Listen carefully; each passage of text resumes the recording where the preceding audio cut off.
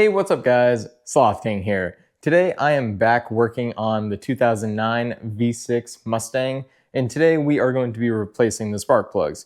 It's been a while since they've been done, and they are copper plugs, so they only last around 30,000 miles.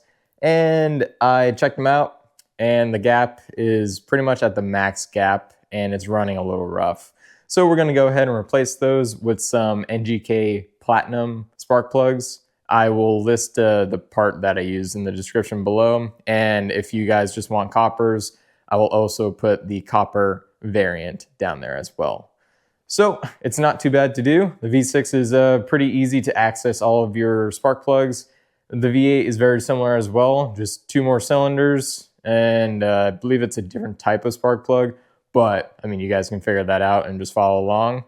So anyways, without further ado, let's go in and see what we're going to need, and then let's do this. All right, so what we're going to need is a socket set. To get to the back spark plug on the passenger side, you might need a swivel socket. You definitely need an extension, either a 2 or 3 inch extension. I have a longer one on here, but I know this is going to be way too big. But I also have this one right here. This one is for a 1/2 inch, but I have a reducer on it. So we're going to see what will work. I forgot my other extension. That's just like, I don't know, like a 2 inch extension. But anyway, regardless. For these spark plugs, they are a 5/8 socket, and I prefer getting a spark plug socket because there's going to be a magnet in there that will hold the spark plug, taking it out and putting it back in to install it. So that way it doesn't drop out. There are other types that have a rubber gasket in there that holds it in, and it works just fine. You will need your spark plugs. I recommend getting some dielectric grease for your spark plug boots, some cleaner, some contact cleaner to clean out the boot on the inside, so that way we can put some fresh dielectric grease in there. And I highly recommend getting some copper anti-seize for the threads on your spark plug, so that way we can take them out easier in the future. And I also just like having some rags and some gloves on me and a torque wrench. Even though these spark plugs get torqued to 13 foot-pounds, it's always good to have a torque wrench on you. But anyway, that's about it. So let's go ahead and crack these open and double check the gap on it. You will need a, actually, let me grab it. This right here, this is to check your spark plug gap. And these will already come pre-gapped to the recommended gap setting, but you will want to just double check it. It needs to be between 0.052 and 0.056 of an inch gap. So we're just going to double check it and make sure it falls right in place. It's really hard to pick this up on camera, but you'll see 0.050, and then you just count the dashes over, and each dash will just indicate like 5.2 or 5.3 all the way up to like 5.6. So you can easily count it and see where it lands, just to do a quick double check before we install everything. All right, so let's go ahead and double check the gap on these spark plugs. I took them all out of the boxes. You want to just check them over real quick, make sure there's no cracks in any of the ceramic here, and then check the tip, make sure it's not broken off, which I checked all of them and they all look good.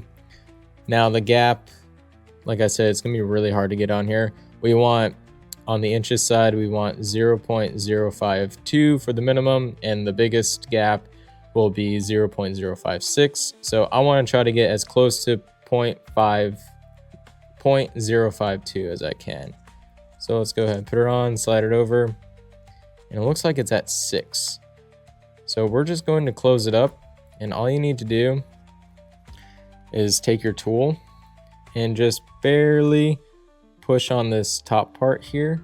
There's a few different ways to do it, but you can just do this and gently push on it,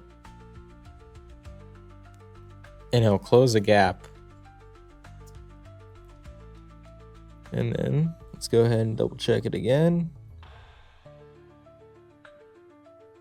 0.056.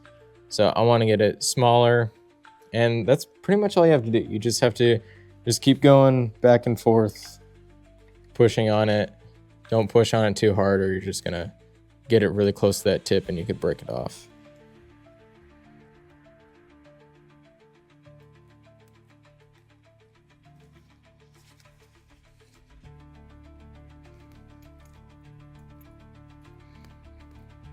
Now I pushed on it too much, so we're just going to take this. There's a section right here, gap opener. Put in here this flat piece. You're gonna put on that ridge right in here. Don't let the tip get in contact with the metal at all, but just brace it like that. And then you're gonna pull back on it like you're opening up a can of soda. Just do it lightly, and then recheck the gap. It's really hard to tell, but that is right at the 5.2. 0.052. So we're going to do this for all your spark plugs, and then afterwards we're just going to put a little bit anti-seize on here, right on the threads, and then we're just going to set them aside, take out the old spark plugs, and then install these ones. As soon as we get all these done, we know that as soon as the old spark plugs are out, we can pop these back in without any worries. So I'm going to go ahead and go through all of these, and then when I put the anti-seize on, I'll show you it. All right, so the spark plugs are all gapped. Now the anti-seize. We don't need a whole lot. All you really need to do is take it, put on the threads, just lightly go around it, and that's it. It's really all you need. Go ahead and do that to all of your plugs, and then put them to the side, and let's take out our old ones and put these new ones back in. All right, guys, so let's go ahead and start with the driver's side. So it's pretty easy to locate these plugs. You're going to have a couple wires going down here. These are for your spark plug boots. So there's going to be one here, one right here, and then one right there in the back. So let's go ahead and start with the one closest to the front. So just grab the side of the boot, not the wire itself, wiggle it a little bit and just pull, and you will see it just come right out. And if you ever get these mixed up, the spark plug wires will have the cylinder number on it. So 4 right here, this one down here will be 5, and this one will be 6. So let's go ahead and pop all of these out while we are here. Let's go ahead and put our ratchet down here. Now I might need that extra little bit of length. So I'm just popping my swivel on here, making sure it's fully seated.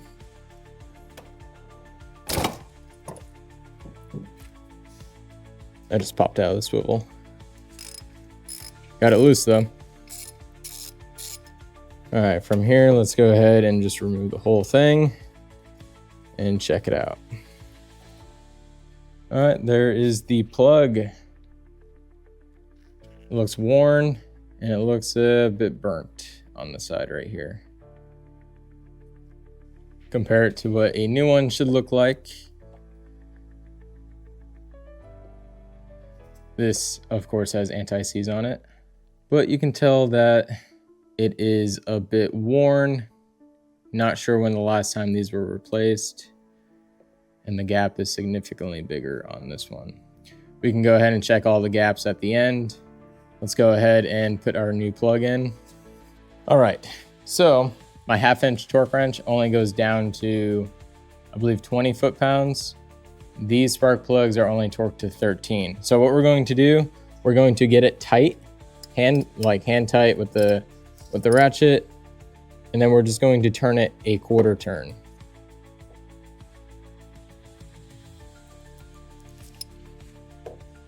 And that's it.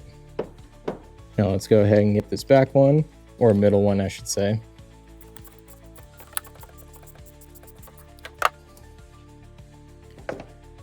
All right, this one looks about the same.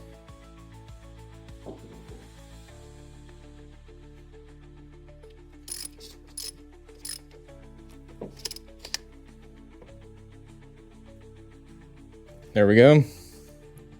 And then now let's grab the last one in the rear.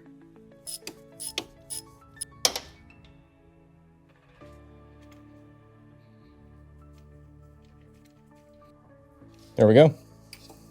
All right, next I'm going to take our spark plug boot and then our contact cleaner. Just spray a little bit on the inside. And then tilt it upside down into a rag. Wipe off the inner lip. This dries really fast, so just do this to all of your spark plugs, or spark plug boots, I should say. And then we're going to apply a little bit of dielectric grease to it.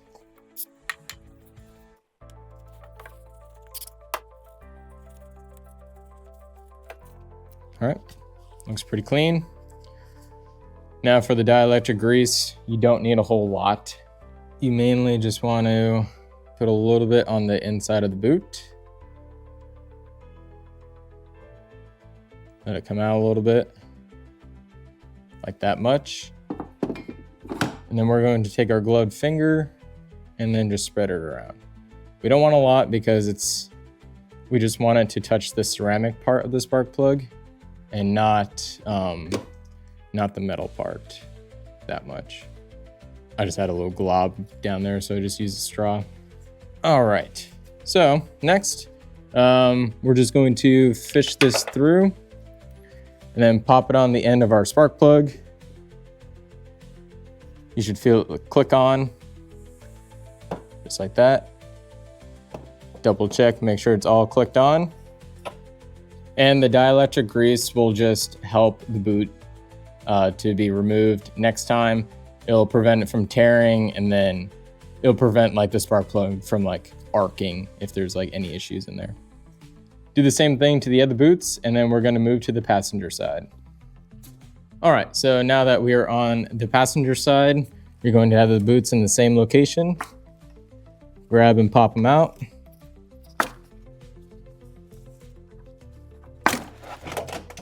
Oh, there goes my light. All right, so we should still be able to see. This rear one, it might be a little bit difficult to get to. I mean, it's not that bad. It's just right back here. I'm just gonna have to fish my hand in here, and it's gonna block the view a little bit, but it's not too bad. So let's start from the rear and then move our way up.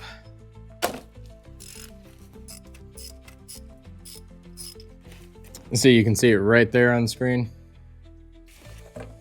All right, and here is that rear one.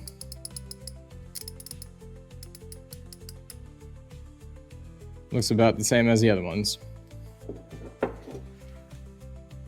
Once you get it going by hand, then you can throw a ratchet on it. That way you don't strip it or cross thread it, I mean.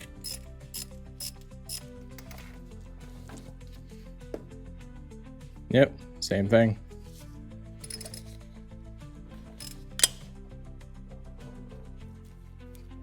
Done. All right, last one to do is up here. And there's that front one.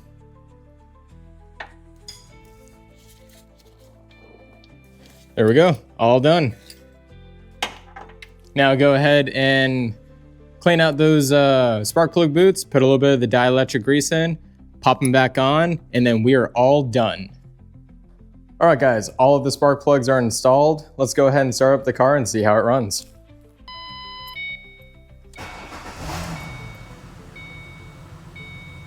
Ooh, runs smooth.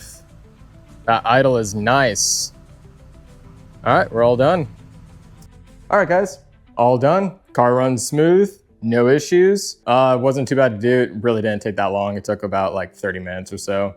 Just taking your time. If you're new at this, some people are, just put aside an hour to do everything, especially gapping those spark plugs. You want to take your time doing that. Don't damage that electrode. And by the way, I checked the gap of all the old spark plugs. They were very close to 0.06. So yeah, they were a little bit out of spec, but it runs good now. Go take your car for a drive. Enjoy it. Hopefully this video helped you guys out. If it did, awesome. Everything that I used in the video, I will link in the description below, like always. And like always, I'll catch you guys on the next ride.